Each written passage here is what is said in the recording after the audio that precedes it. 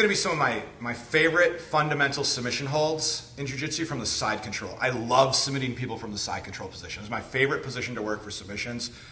Oftentimes I feel like in the mounted position, the mount really demoralizes your opponent. It makes your opponent want to give up. It's great for striking, but there's not as many submission opportunities. Or sometimes submission opportunities will help your opponent escape, actually. But in the side control, there's so many good submissions. So let's talk about some of my favorites for this level.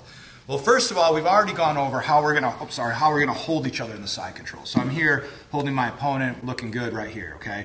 Now, in this situation, I'm gonna look for the Americana and the paper cutter choke at the exact same time.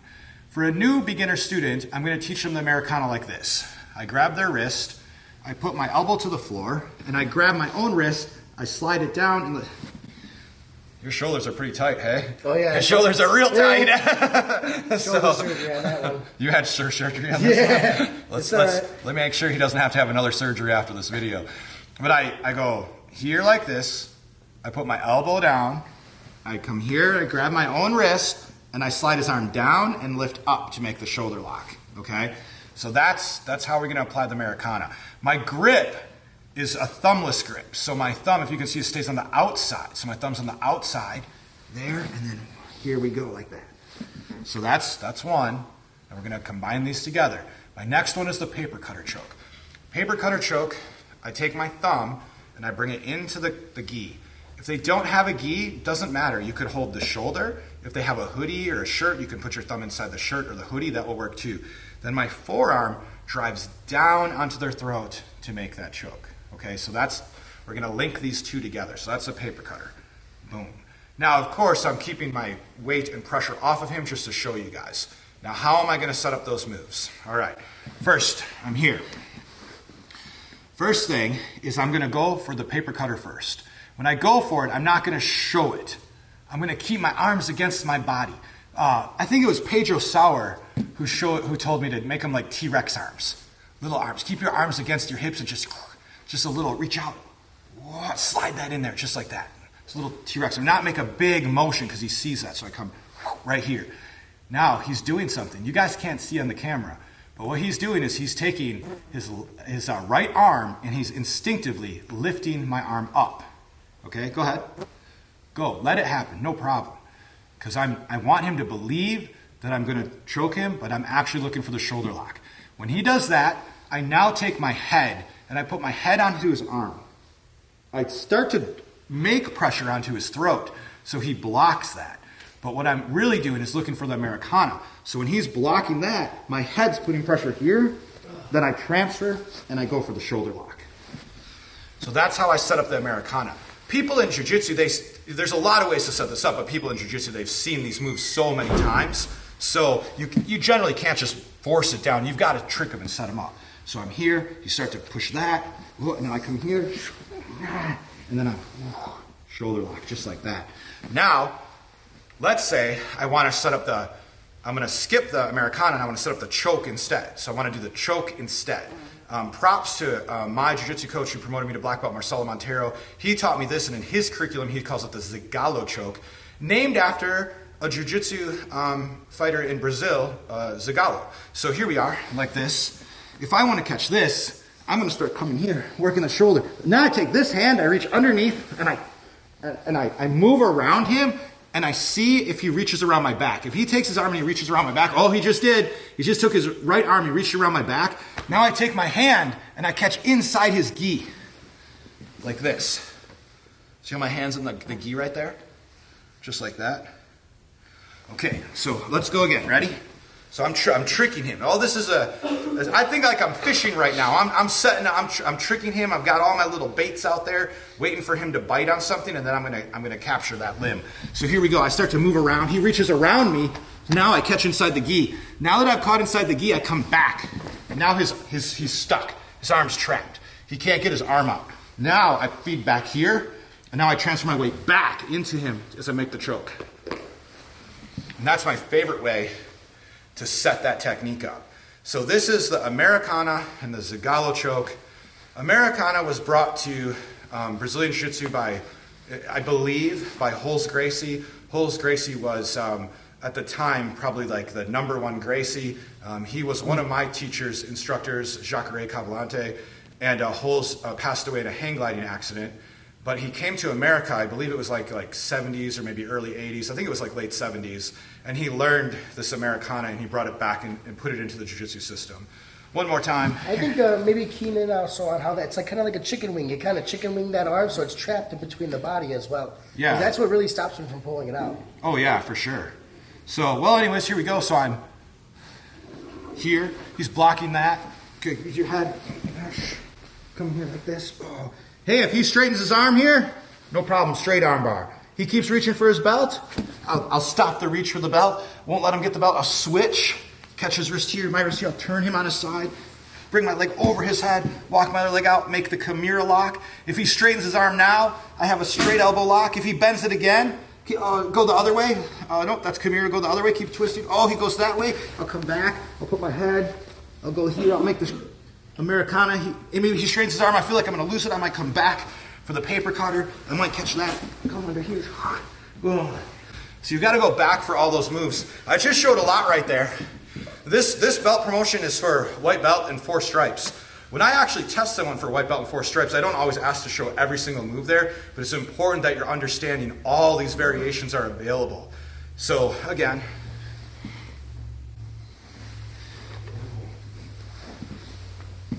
now straighten your arm. Now try to catch your belt. When he's trying to catch my belt, I walk my hands.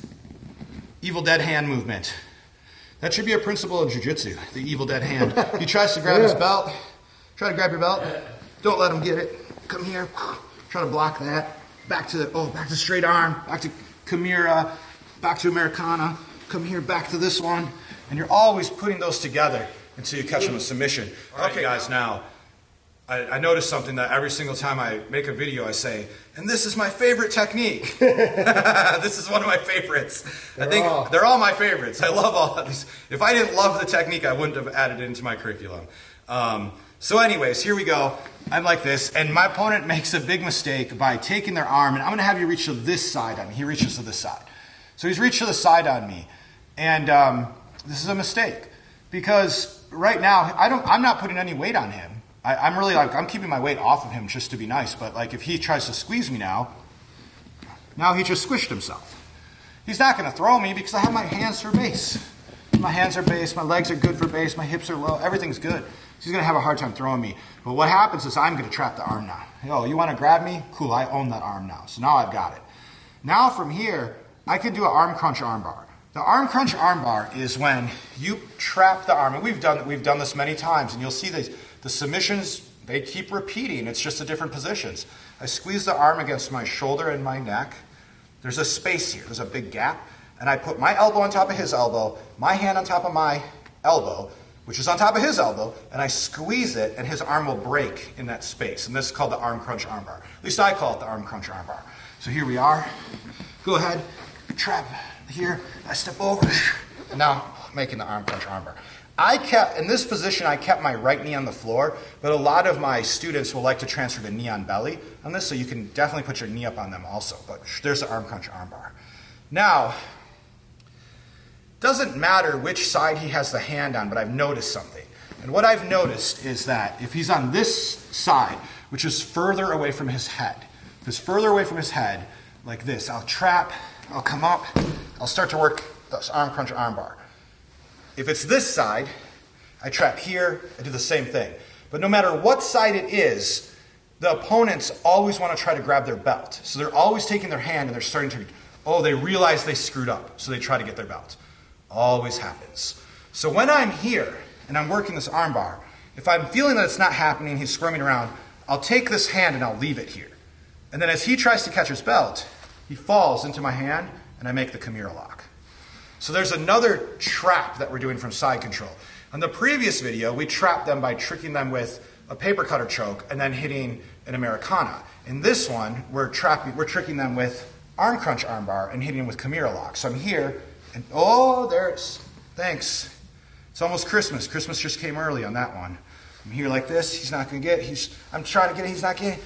Whoa, there we go. And if I'm here, it takes us right back to, I gotta get a haircut just like you, Alfie. If I'm here, it takes us right back to the same positions we did earlier, where I'll be here, I'll walk my leg out, I have a Kimura lock, I like to have my elbow on the ground, I like to have my, you can't see in this angle at the camera, but my right leg is way out, and my toes are engaged on the mat, so I have good base. If he straightened his arm, straight arm bar, he turns his arm again, I might just have to work back for Kimura, or Americana. I'm kind of right back to where we were in the last one now. And I'm still defenseless. Totally defenseless. A lot of pressure, good pressure. Lots of pressure. His arm, you know, I want to make my opponent feel like, oh, I great. can't go anywhere. No matter what I do, I'm going to lose right now. I straighten my arm, next thing you know, I'm in that Kimura. Yep. And what I'm doing is I'm putting out all these little, I fish a lot, and so I talk about this sometimes in my videos. I fish all the time, and so what I'm doing is I'm putting out all these little lures. I'm fishing for what submission I'm going to do. I'm not forcing it. Forcing the submission is not jiu-jitsu. If I was forcing it, it would mean my strength versus his strength. And then the stronger person always wins. But in this scenario, I'm trying to use a strategy, a trick, a leverage, trying to make him fall into my trap. Once again, his arm's up. It doesn't even matter which side. Here like this. Now, on this side too, when I'm here, like, okay, if I was on this side, I'm trying to catch the arm crunch arm bar. And if I feel like I'm going to tap him, great. But if he's squirming out of it, go ahead, squirm out of it, I have Kimura lock. On the other side is different.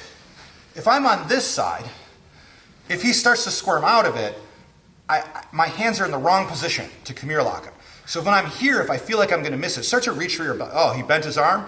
So now it's time for the 180 arm bar. So if I lose it now, because my hands are in a different position, now I turn and I hit 180. Here, I've already have my leg over his head. He starts to bend his arm. So I keep pressure here. I catch like this, and I'm going to turn all the way and catch him in that arm bar like that.